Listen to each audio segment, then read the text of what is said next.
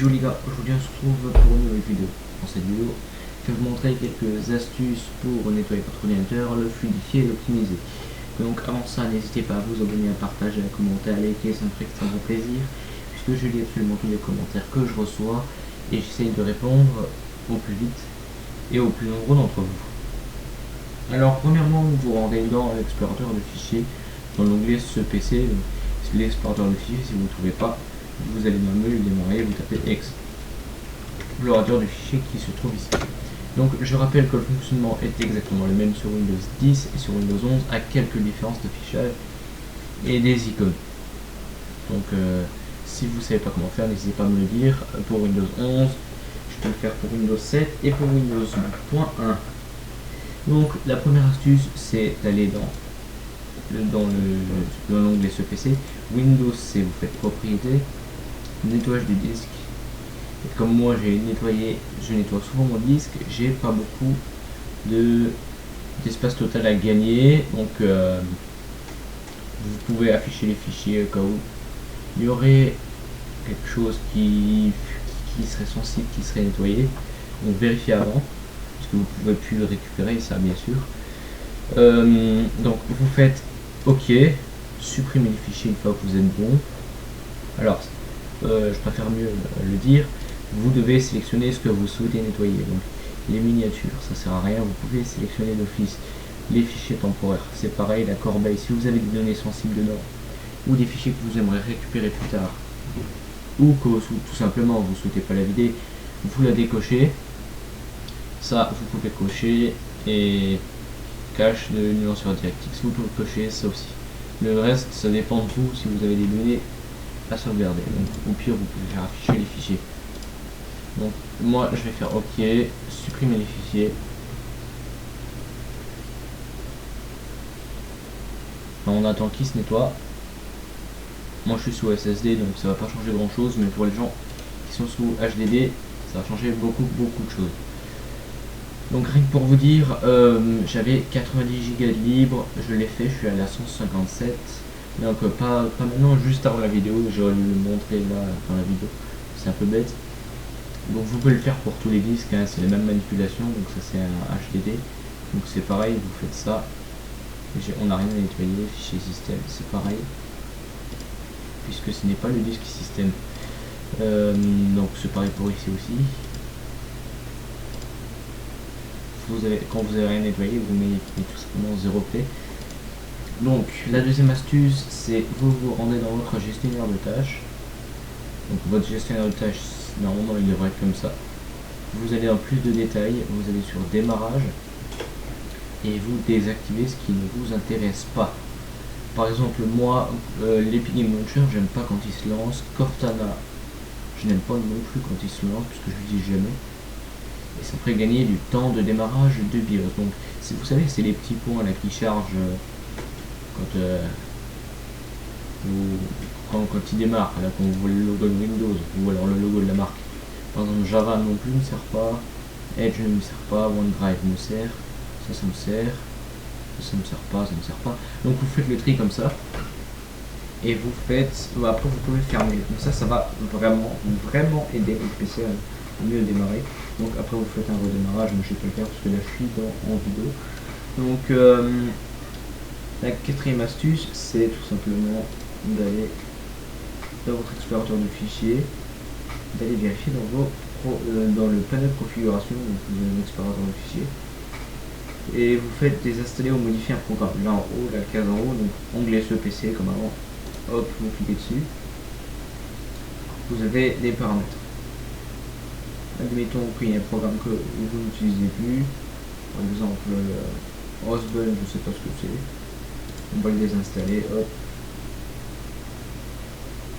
Voilà, on peut pas le désinstaller, d'accord. Admettons que je veuille désinstaller. Allez, les trucs des cartes Windows, on ne peut pas non plus. Ça, on peut. Maintenant que je vais désinstaller ça, donc, hop, ça fera gagner de la place. Et encore en vitesse aussi. Ou alors, vous pouvez avoir plus de détails dans les panneaux de configuration. Mais là, je recommande de s'y connaître un petit peu parce que vous avez les programmes système qui sont inclus dedans. Donc par exemple, vous voulez désinstaller les anciens pilotes Nvidia, donc par exemple le pilote 516, c'est un nouveau pilote. Donc moi j'ai tout déjà fait. Par exemple là j'ai plusieurs versions du même programme, 32 bits et 64 bits. Vous pouvez supprimer la 32 bits, donc ce qui vous sert à rien puisque la 64 bits bien évidemment prend les deux en charge. Donc 32 bits et 64 bits. C'est les deux architectures. Donc hop, vous faites ça, je vais désinstaller. C'est pareil pour celui-là, je l'ai en deux fois, je le désinstalle le premier. Alors, désinstaller. Hop. Et là, vous supprimez ce qui ne vous sert pas, les programmes en double. Donc moi j'ai énormément de programmes, mais tout me sert, puisque je fais un peu de tout, je fais de la réparation d'iPhone et en informatique aussi. Du coup, j'ai besoin d'énormément de programmes. Ensuite, la dernière étape, c'est d'aller vérifier votre... encore une autre astuce, c'est d'aller vérifier vos documents qui vous servent plus. Moi, j'ai rien à supprimer. Peut-être les exos de maths de l'an dernier, les exos de français de l'an dernier. Mais pour ça, ça ne me sert plus à rien. Je supprime. Donc, il nous dit, la suppression nanana, corbeille, vous faites oui. Et la dernière étape, bien sûr, c'est de défragmenter. Donc si vous avez un SSD, ça va strictement rien changer, puisque tout simplement c'est un disque dur de type RAM, donc c'est complètement électronique. La vitesse ne changera pas, donc c'est juste de l'optimisation pure, c'est même pas de la défragmentation. Quand vous voyez disque SSD, vous faites optimiser et il va optimiser tout seul. Donc le D, vous pouvez l'analyser. Donc moi c'est un lecteur de disque dur normal. J'ai pas de fragmentation, mais j'ai comme le faire pour vous montrer. Vous faites défragmenter ici et vous attendez. Attention, ça peut durer jusqu'à 1 heure.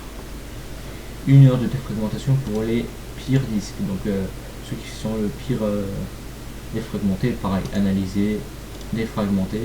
Moi ça ne me sert à rien puisque j'ai déjà tout qui est défragmenté, puisque je le fais très souvent. La dernière étape, c'est d'aller vérifier votre mise à jour. Donc dans Windows Update. Donc ça c'est encore une autre astuce pour rallonger la vie de votre PC. Sinon je recherche. Donc on attend un petit peu, c'est normal, ça prend un tout petit peu de temps.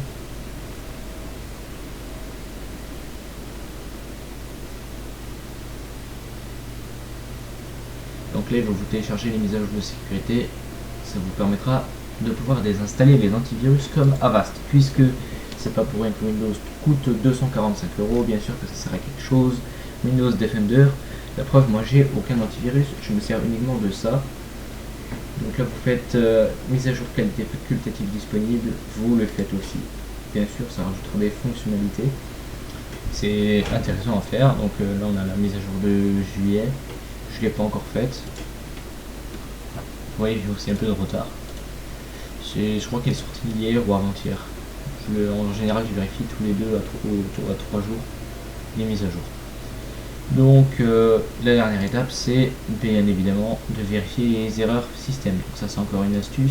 Pourquoi votre ordinateur fonctionnerait mal. Donc, ça ne dure pas trop longtemps en général, si vous avez un SSD.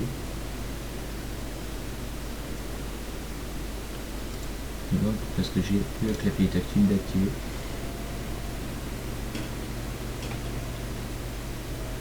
Donc une fois que vous avez suivi mon tutoriel comment optimiser votre PC en 2022 sous Windows 10 et 11, donc moi je suis encore sous Windows 10, je suis un peu daté sur le coup là, mais donc voilà, correctement actualisé. Donc à la fin vous redémarrez votre ordinateur et moi je signe la fin de ce tutoriel. Donc c'est la fin de cette vidéo aussi. Si vous a plu, n'hésitez pas à vous abonner, à commenter, à partager, à liker, ça me ferait extrêmement plaisir. Moi ça me fait plaisir de faire cette vidéo, de vous partager du savoir. En tout cas moi je vous dis à la prochaine pour une autre vidéo. Salut!